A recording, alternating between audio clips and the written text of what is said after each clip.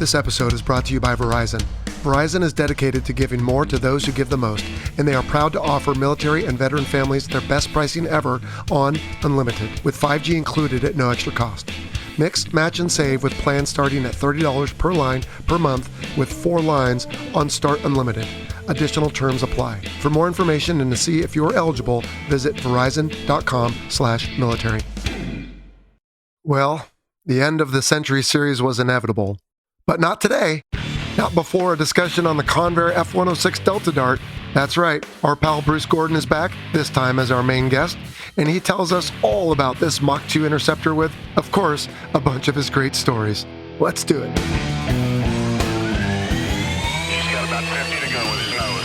F4 Boeing, left side, 10 o'clock. F4, you're about to get gunned. Overhead. Strap in for the Fighter Pilot Podcast, the internet radio show that explores the fascinating world of air combat, the aircraft, the weapon systems, and most importantly, the people. Now, here's your host, retired U.S. Navy fighter pilot, Vincent Aiello.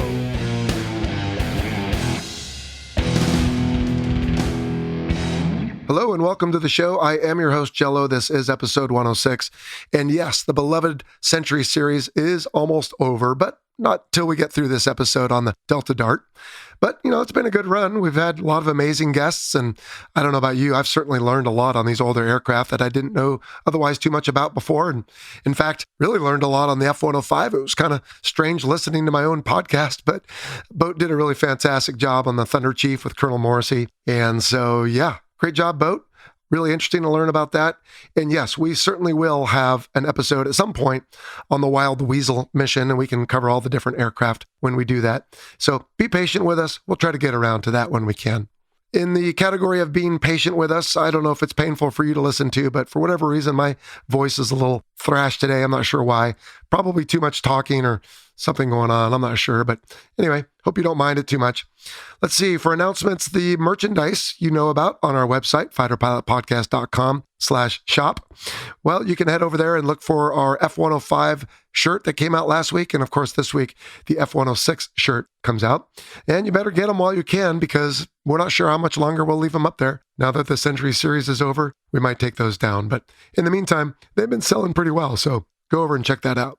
All right, see here in F-104 episode under the duh category, I said mano a mano, or whatever the female version of that is, and not quite sure where my head was because someone wrote to kindly remind me that mano a mano means hand to hand, not man to man. So anyway, duh. Now, the other thing is, I don't normally go off on headlines too much, but there's been a couple lately that just really irk me. Here's one. Even by Pentagon standards, this was a dud. The disastrous saga of the F-35. And another one, the U.S. Air Force quietly admits the F-35 is a failure. Now, here's my problem with this. Number one, if you go to these articles, you can't even barely find the article because you got to wade through Shaquille O'Neal's back pain medicine and every other ad known to God and man. So it's already difficult, which leads me to believe they need some sort of catchy, headline to get you over there. And then when you finally do read it, the first paragraph's like, the Chief of Staff Brown said they need another fighter because they don't want to drive Ferraris every day of the week, or whatever he was quoted as saying. But when you really drill down on them, then later on they're like, it's a really amazing airplane, but they're expensive and it took a long time and we have these problems, which, by the way, every modern aircraft is more expensive and takes longer and has development problems. So there's really nothing new in any of that, if you ask me. So I don't know if that's yellow journalism or whatever they call it these days. Here's another one. U.S. Air Force considering pilot training changes to curb flight accidents. So let me read some of this one for you. February 25th, 2021. The Air Force is considering changes to its pilot curriculum to curb the rising number of aviation accidents. The Air Force saw 72 accidents in fiscal year 2020, 10 more than in the previous year. But then you go down to paragraph 4. Despite the uptick in crashes and other accidents, the service noted that mishap numbers have dropped slightly in the past decade. People, it's called statistics, okay? If you flip a coin 100 times, you're probably going to have, in fact, you're statistically likely to have 5 or 6 heads in a row. And if you don't, something's wrong. And so when you have an uptick, is it the end of the world? No. But we have this situation these days, I feel like, where everyone says, uh-oh, something's happening, and we have to do something. General quarters, everybody, battle stations. For me, it's just fatiguing because what we end up doing is jumping around like, what are those knights from Monty Python, right? You know, the silly knights.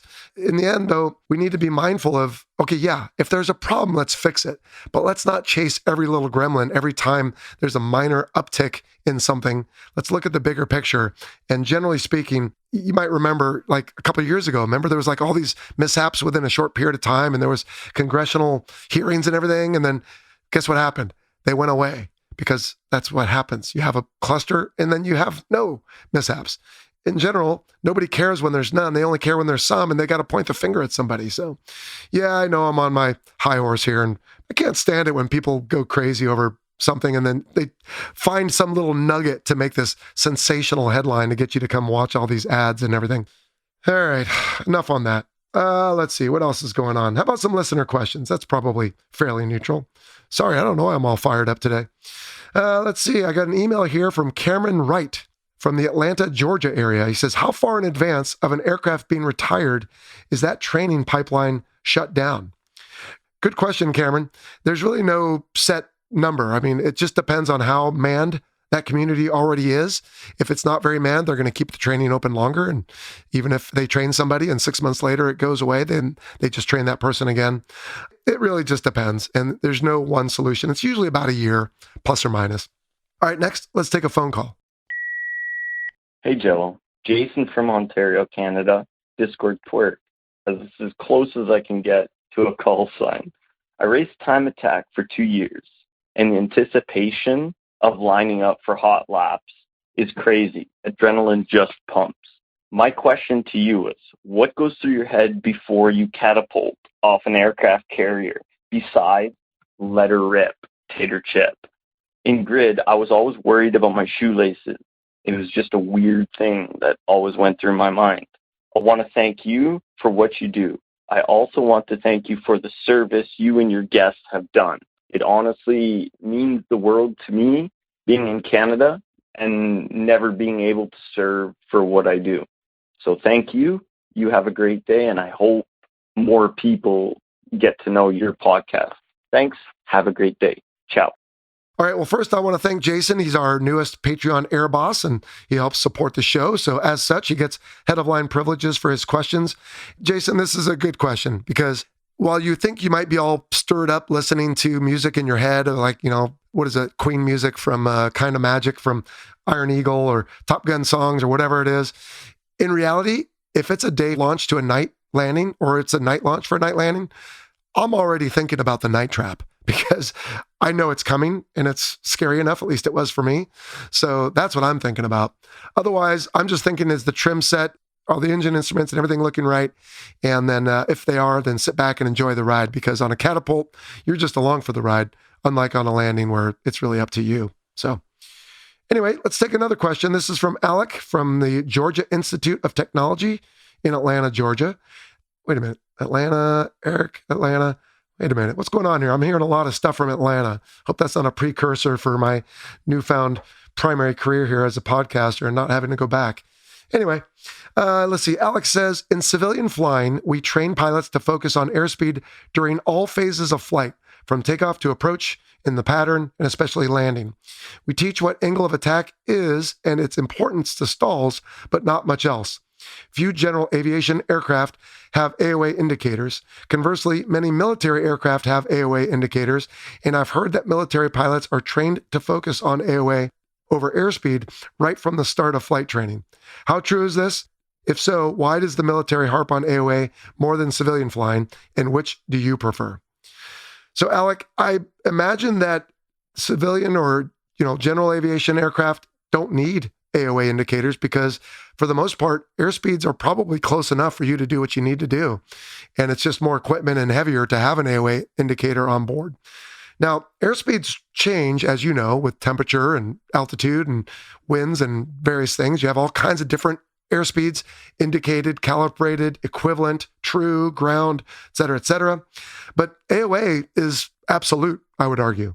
And so, at least in the Navy, the AOA is important when landing aboard the ship because you have to have various things set just right based on the attitude of the aircraft. For example, the landing gear are built to withstand a landing at a certain angle of attack as they're coming down onto the deck, as well as the hook to eye, which is what we've talked about before on this show, where the lens is set so that the pilot is looking at the lens, and what the LSOs are looking at is where is that hook coming across the ramp, so it grabs that third wire ideally.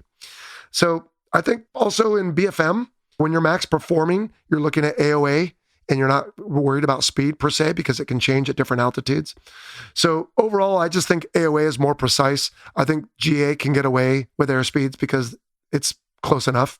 Maybe there's someone out there who knows better who can tell me if I'm wrong, but I did socialize that with at least one friend and he thought that was a fairly good answer. So let's go with that. All right, next, let's take a second phone call.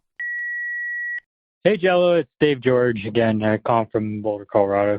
I just started my cross-country flights, and man, ForeFlight makes that so much easier. And I was wondering if military pilots use ForeFlight, or what is a piece of technology they use in its place. Anyway, love the podcast, love that 100th episode, and hearing from all those previous guests. Have a great day, and stay safe. Bye.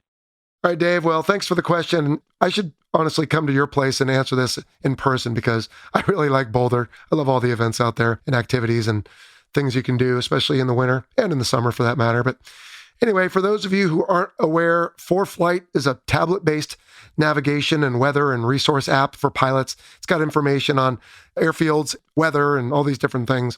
Dave, when I was retiring, right before I did, the Navy was beginning to issue iPads with something that was like ForeFlight. I don't remember. It might have even been ForeFlight. And so I've been out of it a little while. So I asked BS, you might remember him, Mike Walsh. He was our Navy Flight School guest, and he's still flying F-15s in the Air National Guard. And he told me they don't even use paper pubs anymore. The Air Force issues them 2 iPads. I suppose they make sure that both batteries are topped off and have one as a backup. And they use ForeFlight exclusively. So, yep, military's using it. All right, we'll finish with an email from Pinto. Pinto says, after hearing the description of a BFM fight, they describe taking a lot of shots. Do these 1v1 fights usually go on for a long time? I thought they would call kills to simulate missiles in training. Why would they keep fighting after the first shot? Well, Pinto, this is a good question, but the answer is, number one, not all missiles are perfect, so it's not always a kill. But in the visual arena in training, we assume that if you have a valid shot, you can call a kill. But you don't always want to call a kill depending on what you're doing. So if you're out there and it's first shot, first kill, let's come back and get a refreshment, okay, fine, then call it. But in most ACM or 1v1 or BFM flights, you have training you want to do. And it's not just who gets the first valid shot for a kill. It's let's look for these line of sight rates to change. Let's do a deck transition. Let's see if we can stay offensive when we started offensive. Or if we started defensive, let's see if we can get neutral at least, or maybe even offensive. Especially in perch BFM, like offensive and defensive BFM, that first shot, it's valid, it's a kill. Well, we're not going to get any training if we knock it off right away. So the training isn't just based on those shots and kills. It's based on what are we trying to accomplish. A lot of times that's other training and not just getting a kill. Good question, though. All right, folks. Well, that'll do it then for our announcements and listener questions. As always, you can submit your questions. We'll try to get to those as quickly as we can. And there'll be some information in the closing bumper by our announcer, Clint Bell, on how to do that. Now, as we transition into our feature interview, first off, a little disclaimer. I don't know what was going on with our Wi-Fi this day, but when Bruce and I recorded, it took us 3 different tries and we had some breaks and his microphone kept dropping out. So you might hear some of that. Hopefully Bernie's going to clean it up and it'll be transparent. Bernie's our producer. If you hear that, I know you'll forgive us. Otherwise, really not much else to tell you. You know who Bruce is. We're going to get right into it. So let's get going on the F-106 Delta Dart. All right, Bruce. Well, the Century Series has been a lot of fun. Let's see. We've had the F-100, 101, 102, 104. We even had the 105, and you've been there for most of them, but it's never been your turn to really have the spotlight, and that changes today. Well, I was really impressed with your F-104 and F-105 presentations. I had no idea that those guys could go so fast down low. Yeah, well, Boat really did a wonderful job on the F-105, and I was a little jealous I didn't get to meet Colonel Morrissey. But yeah, the Century Series has been a lot of fun, and we're going to wrap it up with your sweetheart, Bruce, the F-106. Oh, yes, I love that airplane.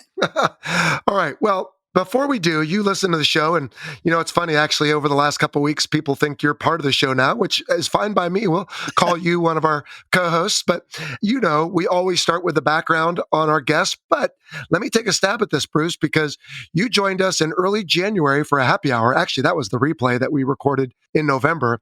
But as I recall, you said you were born in the Philippines. Let's see, I think you lived all over the place, Hong Kong and Hawaii. Then you, of course, moved all over the place with the Air Force, and now you're in Kentucky. Did I get that right?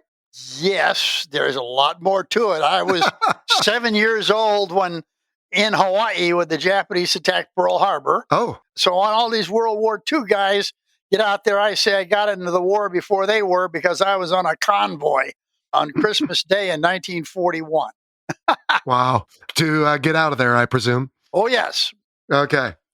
And then I don't think we heard from you regarding your alma mater. Where'd you go to college? I went to Tufts University in Massachusetts.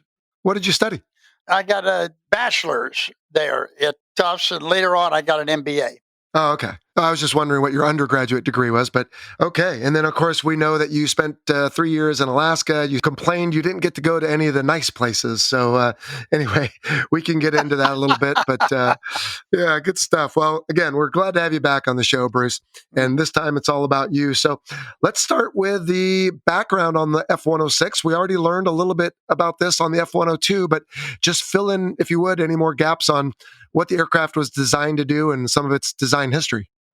Yes, the F-106 started out as the F-102B, and they decided that they were going to make so many changes, they'd make it a new airplane. It was the ultimate interceptor.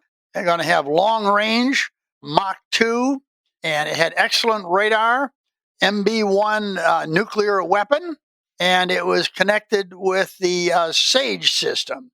Many of our planes were connected with the SAGE system. It stands for Semi-Automatic Ground Environment, which was a huge computer program. We actually spent more on SAGE than we spent on the Manhattan Project to develop the atomic bomb. Wow. But it would send you signals by data link and put them on your screen. Now, this is all common now. You always expect these things. But when SAGE started, it was the largest computer system that the world had ever seen. And you take the name of IBM as International Business Machines. They thought they were going to be running reports, gather data, make reports. SAGE was real time. The first time they were programming for real time, a huge task. Well, in England, all they did with their radar was defend England from attack from one direction, from Germany over a fairly small area. Mm-hmm. In the SAGE system, they had all the borders of the United States to defend, even from Cuba down below. Ah. And they had to put it all together and bring it into the central system at NORAD Command in Cheyenne Mountain in Colorado. Although people think that this was such an automatic thing that you just got up there and turned on your machine, it really didn't work that way. It was largely the first time that all the systems were linked together, including gap filler radars down below, and put into a system that could send you data link instructions. And we didn't do the automatic thing with SAGE hardly at all. But it did come up with heading instructions, so you didn't have to use voice. Because one of the best things you can do when you're the bomber coming in is listen to the voice or jam the voice. We had various kinds of voice jamming, such as Hell's Bells, tones that would break up the human voice. There were very good things to break up these voice connections. So going to data link was a huge thing, and it was done by SAGE. But anyway, it was done for the 106, and that was one of our biggest things. So that's how we started, and by golly, it did the things it was designed to do. Yeah. Well, I've taken a look at your YouTube channel. You can do a search for Bruce Gordon, and I think you have about a 10-minute explanation video there that people can check out a little bit more on Sage with pictures and videos and everything, right? Yes, it was a great program that the world might well forget, Huh. but great people worked on it. Okay. Well, it served its duty at the time. All right. So the F-106 is an interceptor, and it was built to contain this Sage equipment so you could do com-out data link intercepts of, I presume, Soviet bombers coming over the poles or from wherever. You said even down from Cuba. Now, was that, as we often ask, sometimes aircraft ended up being better at something they weren't designed to do. So for the F-106, did that end up being its bread and butter role? Was it good at these intercepts, or did it find notoriety elsewhere? It was great at what it was designed to do. Okay. We had electronic countermeasures that not even the B-52 could jam. Ah. We had a rapid tuning magnetron in there that would tune so fast that no two pulses that we ever sent were on the same frequency. And they didn't know whether you were going up or down the scale. It was random scale. We had random pulse repetition rates. Nobody could beat us in that. Okay. But we did find later on, we were always trained as interceptor pilots, and there were the fighter pilots who were a different group. And it was only when Vietnam came around that we discovered that the F-106 could actually outturn most airplanes. And I'll go into that in some detail later on. In fact, we have a coming listener question about the F-106 in Vietnam, but interceptor mainly. If you did get into a visual arena with a fighter, not a bomber, of course, that should be no challenge. But how did it do in a dogfight? It was excellent. Let's take a look at our wing loading, friends. The things we didn't know, Okay.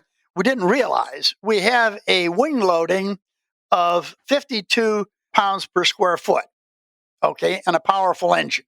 Now, you take a look at the F4, and the F4 has a 78 pounds per square foot.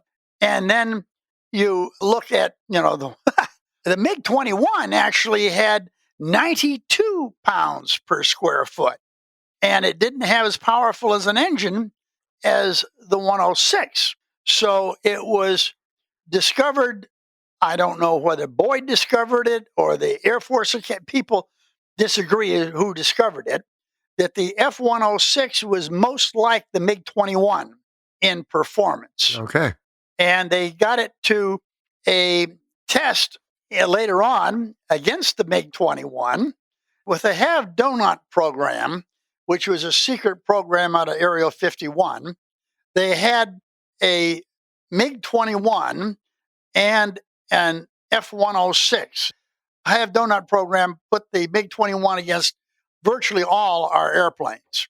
So the F-106 test was very short, just a couple of things. It was a very basic test. They put them flying together at 35,000 feet, subsonic, and they lit burners and went together to supersonic. The F-106 accelerated to supersonic and went supersonic faster than the MiG did, probably because of its better supersonic performance. Then they both went into a hard turn, both in burner and both basically in following the same path. And the F-106 maintained its speed better. They both lost speed in the turn. Yep. But 106 maintained its speed better than the MiG-21, which then fell behind the F-106. But we didn't like that because he fell back into perfect gun position on us. Well, but you started from an artificial beginning, so We started from an artificial beginning and proved that we had more power and could maintain our turn better than the MiG-21. So we discovered that we had a great turning capability, and they began to teach us fighter tactics. We had never had fighter tactics. They put us against F-4s and discovered we could outmaneuver the F-4s. And I have a little personal story on that. After all this, we went to Korea, and I was flying a routine mission out of South Korea. I was coming back with my wingman, and I gave him lead, and I dropped back, and I was working on my infrareds on his tailpipe. As he was going along, he was still in radar, and he picked up a bogey. Well, we just always bounced bogeys. That was just a general, we always did. So I told him he had to bounce, and I dropped in the wing on him. We curled around. We found a F-4 that was clean. Apparently it had been on a test flight, I believe, and was heading back to the same base we were, to Osan. And my wingman went underneath him, and then we're synced speeds with him, and then pulled up slightly ahead of him. I pulled back on his right side, and I was looking at the sun. This guy was not, he didn't have his head up and locked, shall I say. And the guy in the back seat was writing something down on his pad. So I pulled up beside him so that my shadow fell on his cockpit. And when he saw my shadow, he looked up and he started to turn toward me. The airplane jumped like he was starting that, but then he saw my wingman had actually pulled ahead of him. So it was better to get onto my wingman. So both his burners came on. My wingman's burner came on. My wingman broke left. The F-4 broke left. I broke left right behind the F-4. We now went into a hard turn. Then all I could see was the F-4, and I was using my infrared on him. I'm locking onto his tailpipe and doing my missile thing.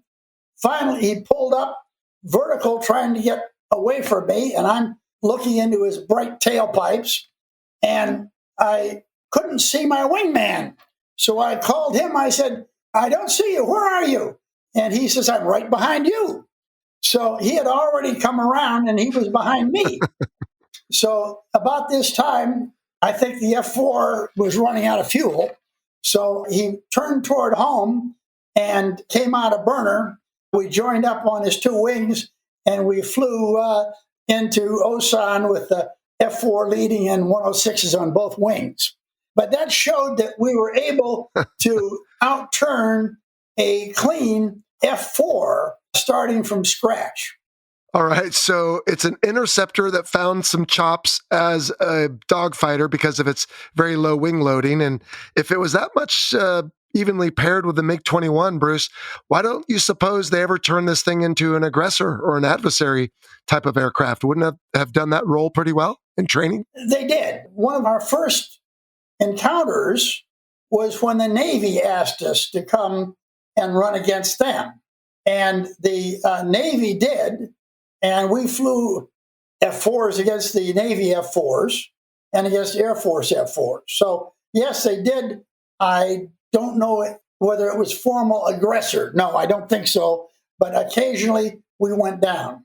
Okay. Bruce, let's talk variants. Now, you've already said that the F-106 is sort of a variant of the F-102, but within the F-106 nomenclature, we have obviously the YF-106 for the prototypes, and the QF-106 later for the drones, which I'm sure breaks your heart when they started shooting those down. But what did we have for the operational F-106, what, A's and B's? Yes, they had 277 A's were built and 63 B's. Okay, and what was the difference between them? The B model had two seats, and they put in the two seats. They actually lengthened the fuselage just a little bit, but they took 43 pounds of fuel out of our fuel tank to put that guy in the back seat. And most of us would rather have the fuel than that guy in the back seat. Now, Colonel Morrissey was already a little bit disparaging to backseaters, so you're going to have to go easy on them, Bruce. They've had a rough week. Obviously, it's different if you're going into combat with a backseater and less fuel versus, I assume, the F-106B, like the F-102B, was used for sign-offs and training and refresher and recurrency, et cetera. Yes, but it was totally qualified. It could launch all the weapons. Oh, okay. And I'm sure you flew both. Yes. There was also one other variant, the NF-106B by NASA. They had two of them. And they used them for NASA testing. Okay, so the Air Force and NASA flew the F-106. Did anyone else? No. Really? Why do you suppose that was? Well, we had a fairly short production run itself. And it was also a very expensive airplane at the time. As I said, you could almost buy 3 F-104s for the cost of a F-106. Why? Our MA1 computer system weighed 2,500 pounds. Holy smokes. With the computers and all that, they were vacuum tube computers when we started out. And they completely modified the aircraft for it. We had extra generators for it and all that. Now, later on, we converted from the vacuum tubes to solid state computers with chips. That made it so light, and those were early chips. That made it so light that I was a quality control man at the time. We had to put lead bars in the nose of the airplane to make up for the weight that we took out. Well, nobody wants to just haul around extra lead weight. That's too bad. But I'm guessing you needed that, for the center of gravity calculations? Yes. Now, Bruce, if I see an F-102B next to an F-106B, I learned on our Delta Dagger discussion that I can tell the difference because the 102 is side by side and the 106 is tandem. But what if I see 2 single-seat aircraft next to each other? How do I tell the Delta Dagger from the Delta Dart?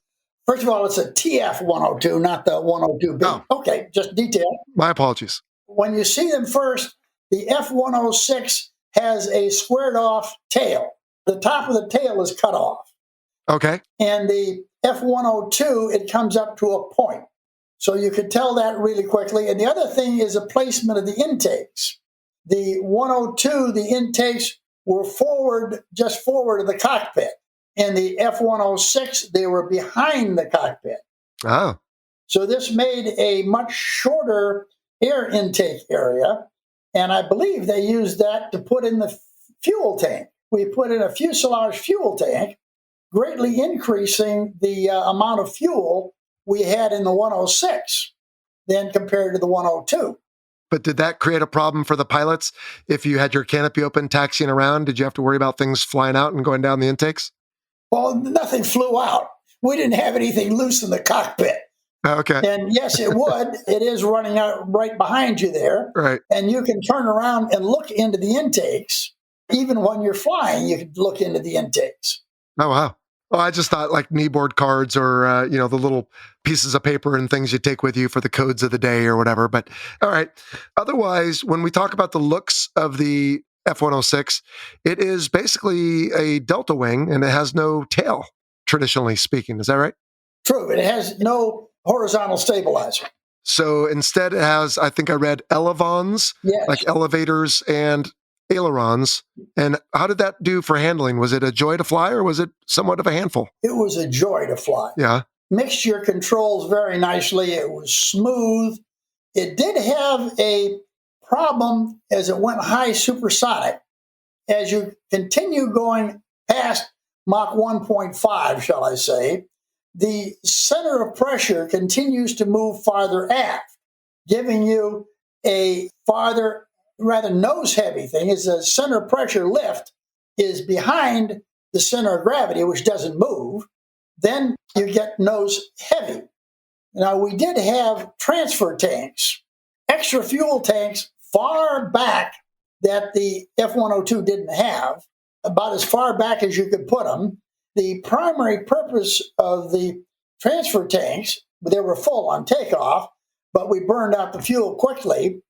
But when you went supersonic, the fuel, extra fuel was transferred back to the T-tanks to try to move the center of gravity farther aft.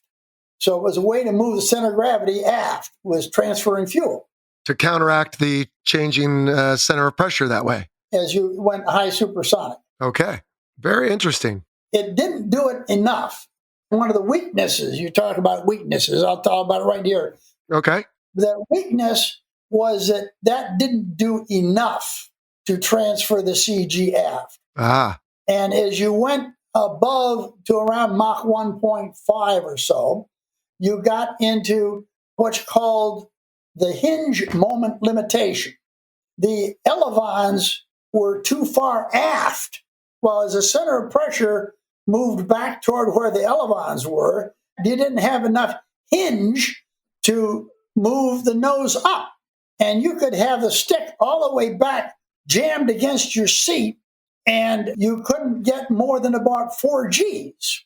Huh. So the 106 needed a canard wing up front. And you'll see several other Deltas came out with a canard wing. That's right. And they had a F-106X on the drawing boards that would have a canard wing up there to help us in that high supersonic turn.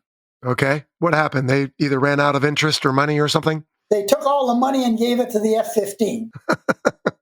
All right. Well, sorry to hear that, Bruce. Okay, that could have been an interesting aircraft. Let's talk about the weapons. I guess let's start with, we can check one off the block pretty easily. Did it do any air-to-ground roll at all? No. Certain versions of it, I read, had a gun. Would you train it all for air-to-ground with a gun or just too dangerous? It was strictly air-to-air. Okay. Did you ever fly the ones with the guns? No, I didn't. It came out after I left the 106. But I talked to people who did fly with a gun. It was a very accurate gun. Unlike the F-35, I guess his gun won't hit anything. But the F-106's gun was quite accurate. And it was in case you got in too close to use missiles, which might have been in that case when I was in South Korea against the F-4. And I started out right behind him and stayed right behind him. If I'd had a gun, I could have shot him down easily. Simulated, of course. Simulated. So, Bruce, I read that it was an M61, similar to what's in the modern aircraft, F-18 included, and it had, I think, around 650 rounds. But what I was surprised to read is it wasn't mounted inside the aircraft with barrels sticking out at some point, but rather in the weapons bay. Is that right? Well, yes, the weapons bay is inside the aircraft. No, but the gun was mounted in the weapons bay. Or I guess, where were the barrels? The gun was mounted in the weapons bay. They put a little bump underneath it. Oh. An extra little bump where the muzzle could stick out. Oh, I misunderstood then. I thought maybe they swung the thing out on a trapeze and hung it out in the wind when you wanted to shoot it or something. No, it was entirely internal to the aircraft and with just the muzzle sticking out. Okay, that makes sense. When they put that in there, they took out the ability to carry the MB-1 nuclear genie. Okay. Well, we've talked about that both on the happy hour and some of the others, but did it also carry the Falcon, I think? Yes. I don't know if you could carry the gun and the aft Falcons. I think you could, because you could carry the MB-1 and 2 missiles in the back. They took out the MB-1. I think you probably could carry the Falcons in the back. Okay, no problem. And you've said before that you didn't think Robin Olds' characterization of the Falcon as a complete waste was totally fair, huh? You had a little love for the AIM-4? I'm one of the people who believes Robin Olds was wrong, flat wrong. And the problem was not the Falcon missile, but the F-4 that did not have the computer system that was designed to launch the Falcon missile.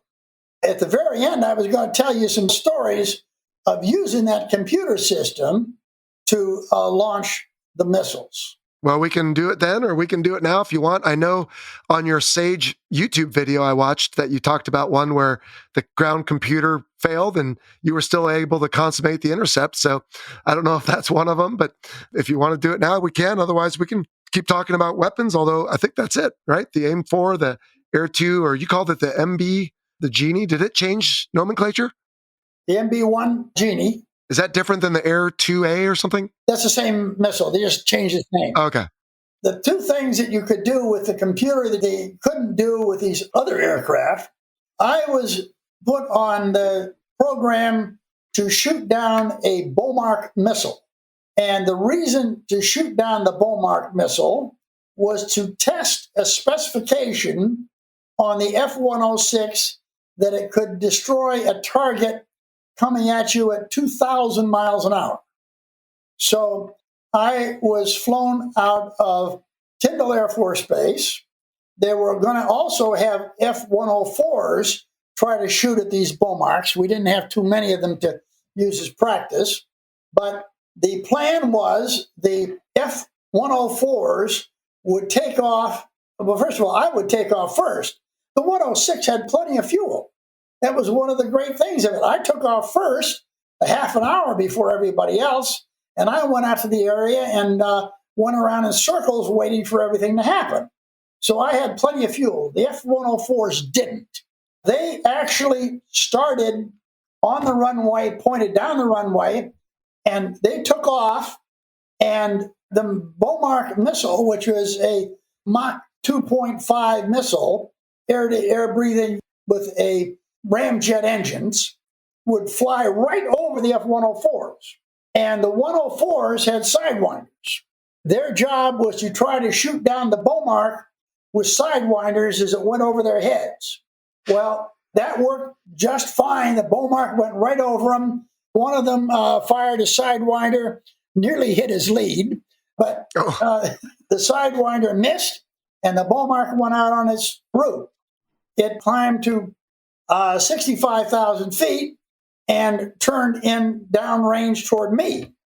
And I came in, simplifying the whole situation, turned in with my 106 and accelerated to Mach 1.5. This gave me the 2,000 mile an hour overtake required by the specification.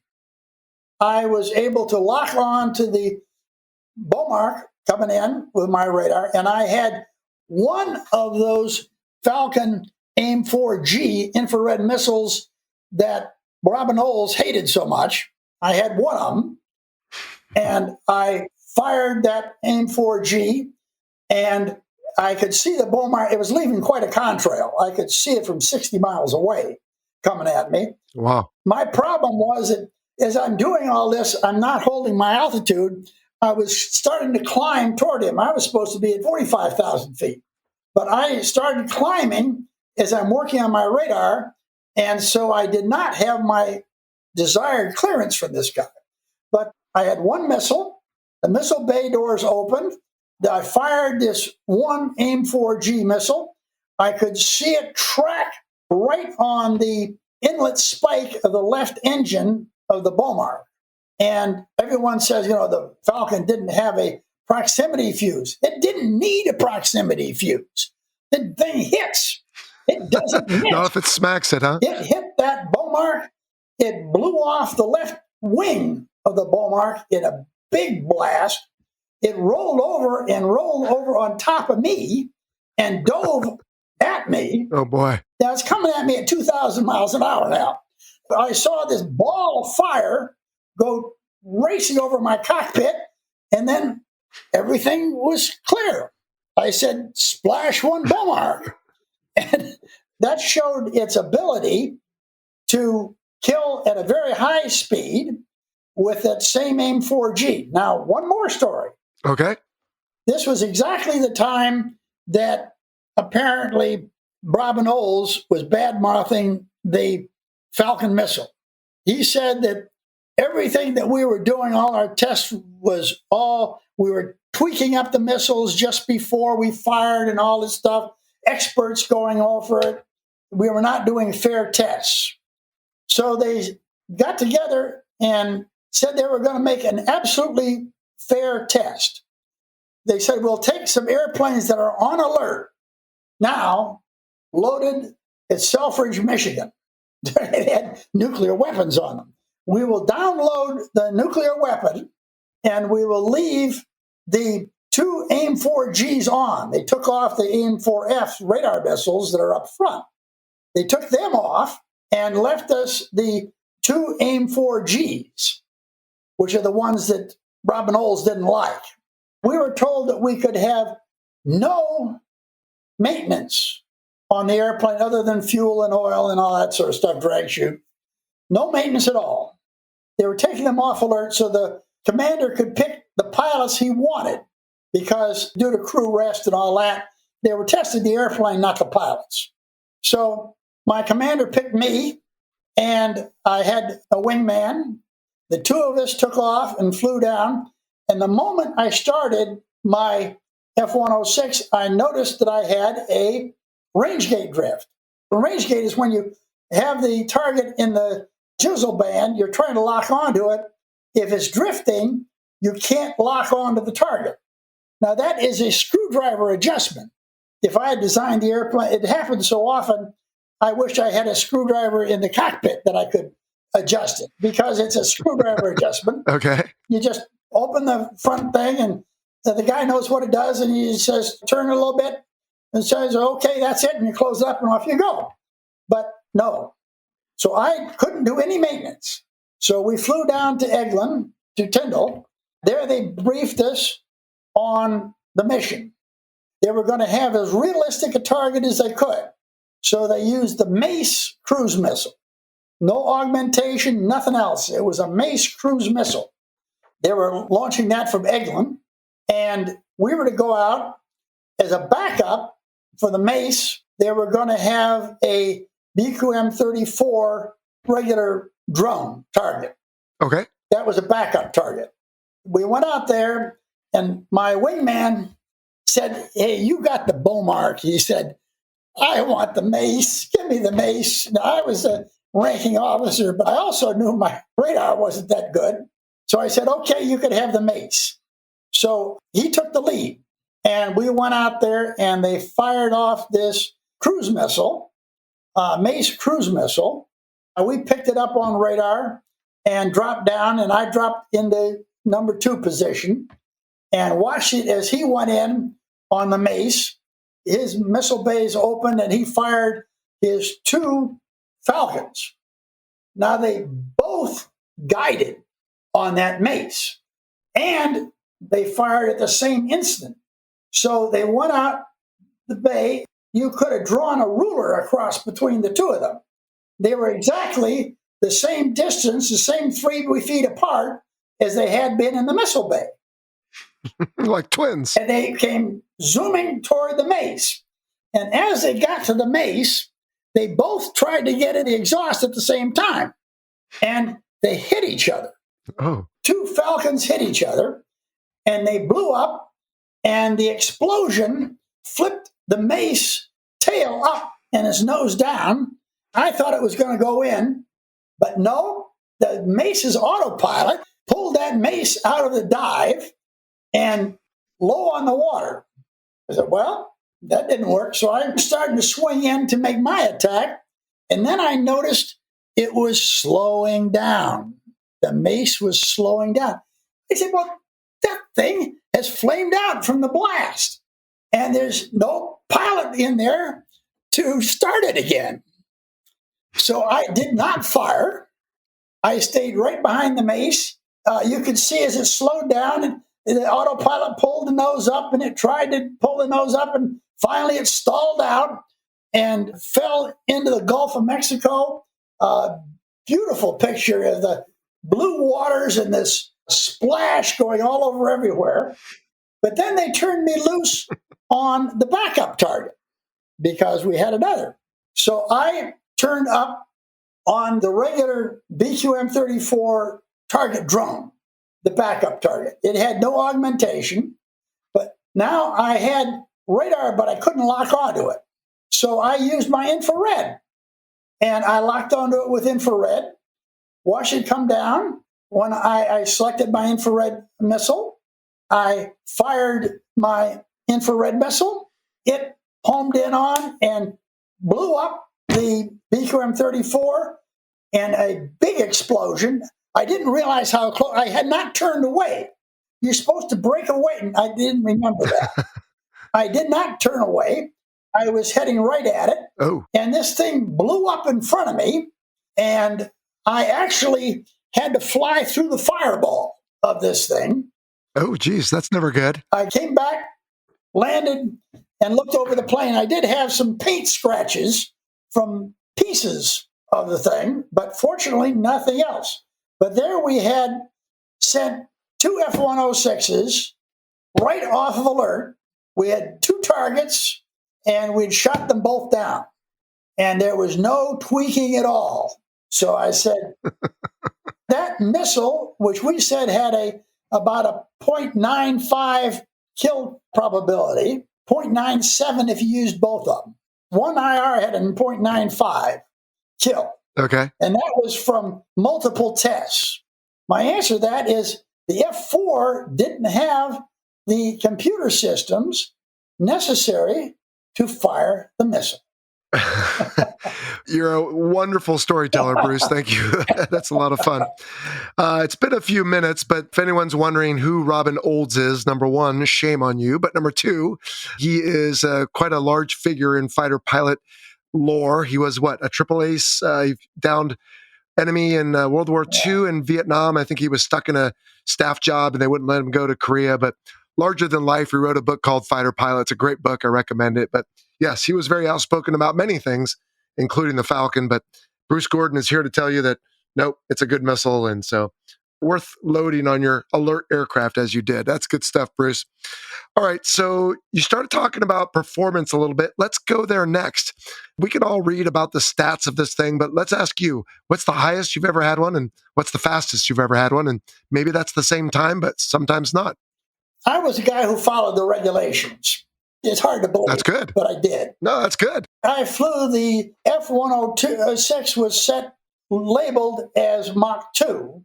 And on many test flights, I flew it to Mach 2. I did not try to go faster. They said we weren't supposed to go above 50,000 feet without a pressure suit. So I would go to 49,000, but I knew it would go higher, but I didn't go above that, except once, I believe I was on a U-2 target. Oh, really? I did a snap up. I snapped up for about 45,000. It's supersonic. I snapped up. As I went over the top after my snap, I realized that I was at 65,000 feet. And I looked down at the world there because I said, this is the highest I'll ever be in my life. So I have flown it to 65,000 feet. I have heard of several 106 pilots who said they got it to 90,000 feet. Oh, my goodness. In snap-ups. Without a pressure suit? That's playing with fire, Bruce. One of them was flying at 75,000 feet. He was on a straight and level at 75,000 feet. He was also on a Beaumark shoot after I did mine. His job was to shoot down at the Beaumark. I don't know why, but that was what it was. It was going to be at 65,000 feet.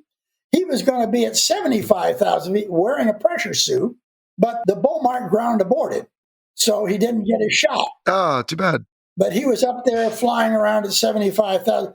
Now, let me say about the 106.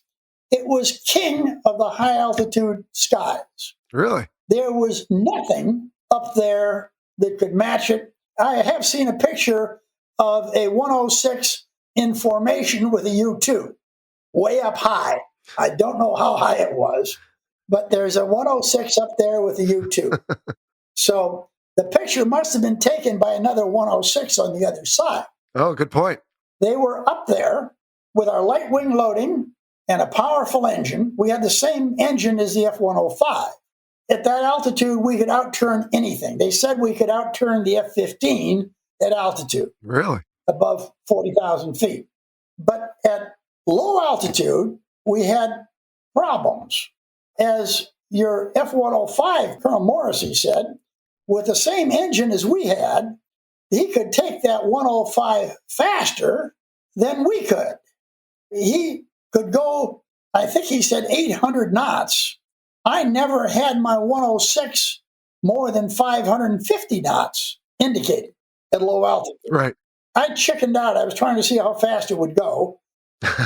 It was labeled 752 knots maximum, but I got down low on the water around Alaska, and I was trying to see how fast it would go, and I chickened out. Answer is, the thought of running into a seagull at that speed was just frightening. Yes. I said, what am I doing this for? This is insanity. So I came out of burner at about 550 knots. But I can say those 105s and 104s were faster at low altitude, but if they came up to high altitude, we could beat anybody. Well, Bruce, I don't know if I should admit this, but I had my motorcycle once on a 2-lane highway in Nevada up to 175 miles an hour. And I thought the same thing, except I thought if it's just a little squirrel or, a bunny rabbit, I'm going to be just a pink mist. So I backed off and the bike had more. But yeah, going fast down low is always a little bit hazardous. So how about G forces? How many G's did you pull in that thing? We did not wear G suits. Really? And I never really pulled G's just to see how many G's I could pull. Generally, we could do our mission because our mission was maneuvering. And I don't think I needed more than about 5 G's. But the plane was stressed to 7. I don't think I ever tried pulling that much more G's. Okay. Well, maybe there wasn't a need to. Well, next up, we've already talked a little bit about some of the weaknesses, but strengths and weaknesses in general. And again, on this part, as I often do on these interviews, the aircraft wasn't designed to do it all. So, of course, you can't really say it lacks, thrust vectoring or something crazy. But as far as the aircraft goes, was there one feature about it you really loved? And then was there one feature you wish they would have either fixed and they just didn't get around to it or didn't have the funding or something? I would have loved to have seen the F-106X with the canard wing. Ah, yes. And they kept improving the radar. The reliability was not good at first. One of your questions was reliability. When we started out, we had vacuum tubes up there, and the vacuum tubes were a problem. They said it was like lining up 300 tube television sets in a row, and if any of them flickered, they would all flicker. So the vacuum tubes were a problem, and the vacuum tubes would cause the computer to hang. I learned about computers early through that. What do you do with a hung computer? You restart it. So I would turn off the computer in the air and turn it back on again. And I'd come up with a new computer and it wasn't hung anymore. Well, what about your favorite feature of the F-106? I feel like you just love this aircraft so much. Was it the handling or the mission, or what was your favorite thing about it? Oh, it was very nice handling, very nice handling. One thing we haven't talked about was air refueling, that when they put air refueling on, we did that off the coast of Korea. Really an important thing that we would take off from Osan, fly across South Korea, and air refuel, and then go up and patrol off the coast of North Korea. I don't think we're going there anymore, but we used to be just off the coast of North Korea. We had electronic intelligence planes flying off the coast, and we would protect them. There was a story behind that I told before. Okay. I assume they put a receptacle in for boom refueling, standard Air Force style, or? We had the receptacle on the F-106. I have flown both with the receptacle with the boom and the probe and with the basket on the F-100. And I greatly liked the receptacle better because it could transfer fuel faster. The whole idea of the receptacle was made because of the B-52 and the need to transfer large amounts of fuel to the B-52. So I like the probe and receptacle much better than the basket. All right, Bruce, we've got a couple listener questions I want to run by you, and you've been very generous with your time. So let's call this a lightning round. If you want to, quick, short answers are just fine if you want. Okay. The first is from John F., who says, was Bruce's time mostly in the missiles only 106, or did he also log time in the, quote, 6-shooter? And if so, which one did you like better? And I can take that one because I think you already told us you only flew the aircraft without the 6-shooter. It came later. That's true. I only flew with the missiles, and I liked the missiles, but we really needed that gun. Okay. Anthony Lombardo says, can you elaborate about the cornfield bomber? Now, we've not talked about this yet. Oh, yes, the cornfield bomber. That is famous, not a great aerodynamic thing, but one of my friends, Captain Gary Faust, was flying in, I believe, February 1970. He was doing aerial combat tactics, and he lost control of the 106, and it went into a flat spin. And a flat spin is very hard to get out of in a delta wing. And he wasn't able to get out of the spin, so he ejected. The force of the ejection drove the nose down, which broke the spin, and he went out. And as soon as he was out, the no longer had a pilot and a seat, which is hundreds of pounds. Mm-hmm. The plane was now nose light, so it then flew at a lower airspeed. And he had it, I believe, close to idle. And it came down. It turned out to be just perfect for everything. He had the gear up, of course. Didn't have any drop tanks on. He tried to get rid of them to get out of the spin. And now it just landed in a snow-covered field by itself with no pilot on it. And it stopped short of this farmer's house. The farmer looked out his window and he saw this F-106 land. And what really troubled him, he panicked him, was that it was on the ice and snow and the engine was still running. So as the snow melted underneath the weight of the plane, it would keep creeping forward. Oh, my. And was coming toward his house. And he called the police. Not only is the plane here, but it's coming toward my house. It's possessed. Oh, my goodness. But finally it ran out of gas, and the plane was barely damaged. They took it back to depot, repaired it, and put it back into service. And the same Gary Faust was able to go back and fly the same airplane that he had ejected from. That's got to be one of a kind. That airplane is now at the Air Force Museum. Wow. And it's very famous. And it's this weird situation of the ejection driving the nose down, and then now it's nose light after the seat's gone. Made a perfect setup. Wonderful. Oh, boy. All right. Question here from John Clark. How successful were the sensor and weapon add-ons, such as the Erst and M61? And if you don't want to answer that one, you could say, were Sidewinders ever integrated into the airplane? I think the answer to that one is no, but maybe they thought about it. As an F-106, I didn't want the Sidewinder. Oh, yeah? Why is that? The AIM-4G was much better than the Sidewinder.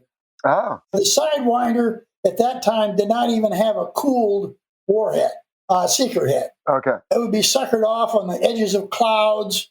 And I learned of that thing in the F-100.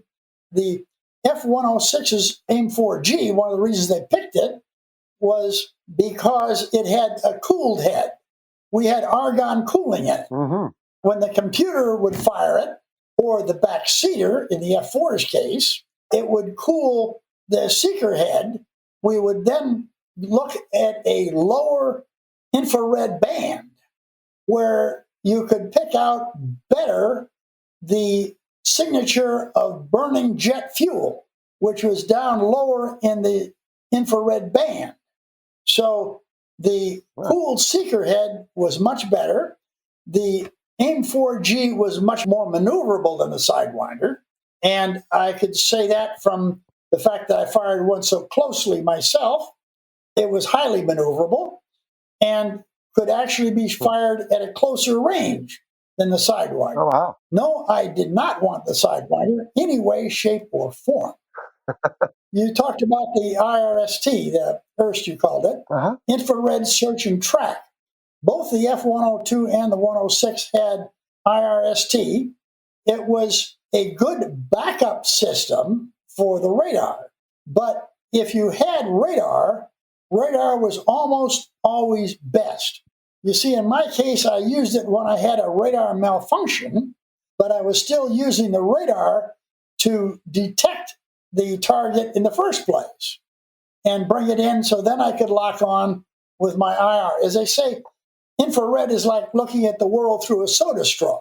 It's a very spot that you're looking at, whereas radar can cover a much larger area, and radar is not confused by so many extraneous natural IR sources like the infrared sees everything in the world, including the moon and the sun. And I also went after on a low mission, I was suckered off on a tin roof that had the sun shining on it. I had both radar and infrared return. I thought it had to be my target. Nope, it was a tin roof and a shed. Christian Gruder says, since we know Bruce so well now, I would like to know what fourth or fifth gen aircraft he would like to fly today if he still could. I love the F-35. Oh, yeah? I am an F-35. I would love to fly that thing. The idea, from the 106, I didn't mention we had a tactical situation display between our legs, which was rare at that time, which would show our position in relation to friendly aircraft and all that, and enemy aircraft, and the geography and the bases. All that was on this tactical situation display. Now, you guys all have it now. That was rare at the time. We loved that. Yeah. Back then, you had to create your own situational awareness, and these days, it's all fed to you, available right there, it seems like. Yeah, the F-105 people and 104s were talking about flying around with a stopwatch. Yeah. They could have used that tactical situation display. They didn't have it. All right, Bruce. Timothy Schaefer says, how reliable was the MA-1? Could it be counted on to function when needed, or was it as often broken? And if so, what was the most common malfunction? Is this the one that you said earlier you would turn it off and back on? Yes, that was when it had vacuum tubes. Okay. When it had vacuum tubes, it was quite unreliable, but I learned to use it, turn it back on and off, off and on. I could bring it back up. We did have range gate drift, which was easy to fix, and I think they fixed it later, but it was constantly being upgraded. But it did have the world's best countermeasure system. I don't think any other airplane could compare to it in countermeasures. Other airplanes, you couldn't even see their jamming when they jammed you. No, you talked about that before. That's impressive. All right, Jody Pombrio says, how fast could they get out of the chocks on alert in the F-106 compared to the F-102? I knew some guys who were maintainers on the 106, and they used to say it could scramble faster even than the F-15 Eagle. Oh, they could go faster than the F-15 Eagle, I'm almost sure. The trouble is, I could go awful fast in the 102. I could get the F-102 and did get the F-102 off the ground, wheels, brake release, in 2.5 minutes after scramble. Wow. The F-106, I think it took me 5 minutes to get off the ground. I have a video there called Coco Scramble, where in South Korea, we had a exercise, no-notice exercise, where they blew the air raid siren. Actually, we were asleep in our bunks. It was early morning. They blew the air raid siren for the base and broadcast Coco Scramble on the loudspeakers. So we knew it was everybody get off and down the runway as fast as you can.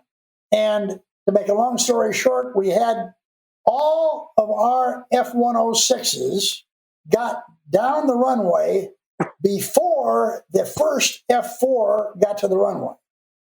Okay? So we could scramble. We were about 5 minutes south of the demilitarized zone. So we knew we had to be able to get off the ground fast, and we could. Okay. All right, Bruce, I've got a question from Jared about the F-106 dogfighting with the F-4. We've already answered that one. So the last question is, Steve Bishop wants to know, why wasn't the F-106 used in Vietnam? And he says he was reading on Wikipedia that it was contemplated for it, but never used. So you were around during that time? Any insight on that? Of course, we didn't have the gun at that time. Okay. And we didn't have a radar warning receiver. We could have been modified to have it, but also the F-106 could have flown all those missions over. We had so much range that we could have taken off from, say, Yubon with those F-4s, and they sometimes had 1 or 2 refuelings. The F-106 could have gone up to our normal cruise altitude at 40,000 feet. We could have cruised over to Hanoi and waited around there for about 30 minutes, driving circles, and flown back without any air refueling at all. we had the range, but the North Vietnamese did not come out and fight for the fun of fighting. They would not come out and fight our F-4s that were out looking for MiGs. They would only attack planes that were loaded with bombs that they were going to drop. If you weren't loaded with bombs and weren't a threat to them, they would not fight. So the MiG-21s simply would not come up to fight. Now, if we had gone down low, they might have been able to do it to us. The 106 is best above 20,000 feet, and you talk about to these F-4 and 105 people, and they're seldom above 20,000 feet. The war in Vietnam was a low-altitude war, and the 106 was king of the high-altitude skies. It wasn't our war. Well, then that's probably good that they didn't force it, because that could have been an ugly result otherwise. So I think we could have outmaneuvered SAMs, because the SAMs were getting the people were at low altitude. And we could outturn a SAM up there easily. I think we could have outturned SAMs, but we needed some warning. Right. Yeah, well, if you didn't have that, that could be a problem. Bruce, I read that the F-106 remained in service in some capacity till 1988.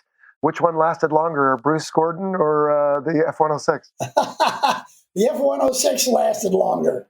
Oh, yeah? I got out in 76, yeah. All right, okay. And so you've gone on to other things. What does the future hold for you now? I mean, you're pretty active on Twitter and YouTube. You've got a book out. What else is on your list? Yeah, I've got my book, Spirit of Attack, which I think you've got data on that on your website. But I'm actually having that translated into Russian. Oh, really?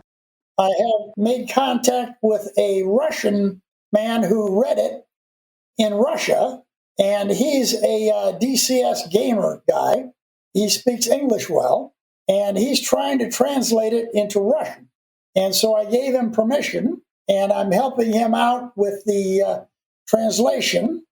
It'd be great to have my book come out in Russian. Well, since their predecessors there in the Soviet Union have a role in your book, I think that makes sense. Yes. All right. Any more books on the future or any other plans, big plans? No. I have my one great-grandchild already, another great-grandchild on the way. Wow. So I'm now 86 years old, so I think I love these talks. I loved your speakers, and I just joined you as a patron. I think you're a great source of information. We need to pass on to the younger generations all the things that we did.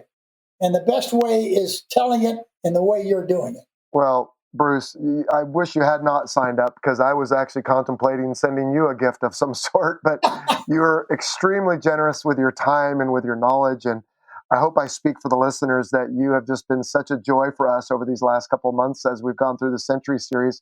You're a wealth of information, and you certainly love to share it. Thank you. All right. Well, we have one final question, and I don't think I've asked you this anywhere before, but I think I know the answer. We generally ask our guests how they got their call sign, but I'm not even sure if you have one. No, we didn't, and that was for security purposes. I'm surprised that it was reversed and that you got call signs.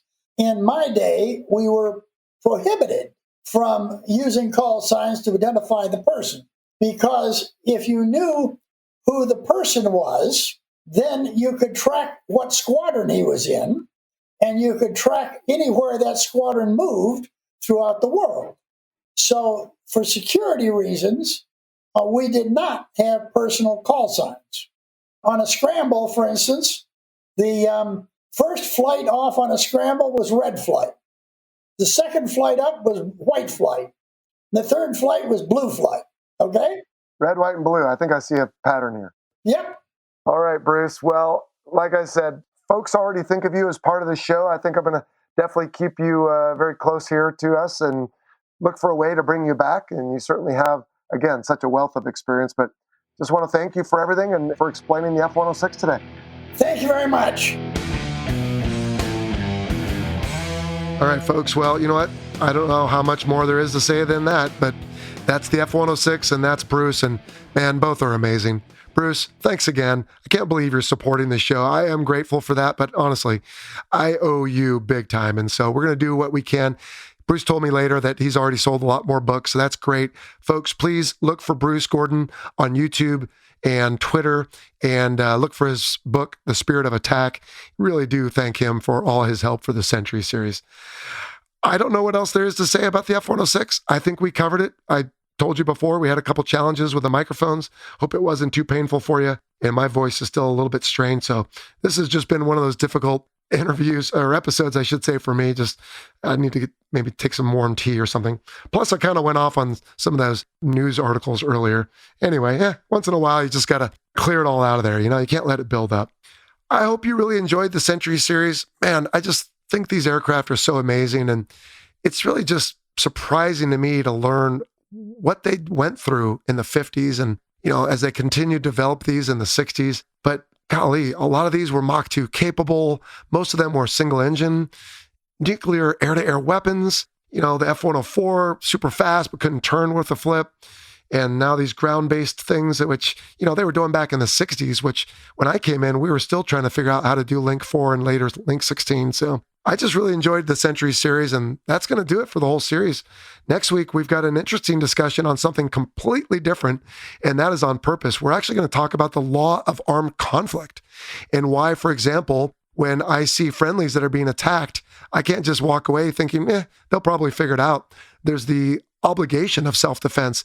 And what's the difference between a hostile and a bandit? And why can't I shoot one, but I can the other? Or a bogey, or an outlaw, or a friendly? So all that stuff's coming up next week. But before we wrap up, you know the drill.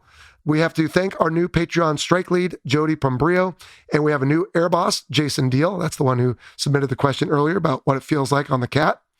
Remember, please, that the views expressed in this presentation are the personal views of myself and my guest and do not necessarily represent the position of the Department of Defense or its components. So we'll see you in about 10 days for the law of armed conflict. In the meantime, be well, do something nice for each other, take care of yourself, and we'll see you next time here on the Fighter Pilot Podcast. So long.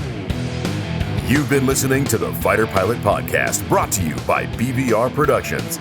Got a question for the show? Email us at questions@fighterpilotpodcast.com or leave a message on our listener line at 877-MACH-101. That's 877-622-4101. Be sure to follow us on your favorite social media platform and check out our website, fighterpilotpodcast.com.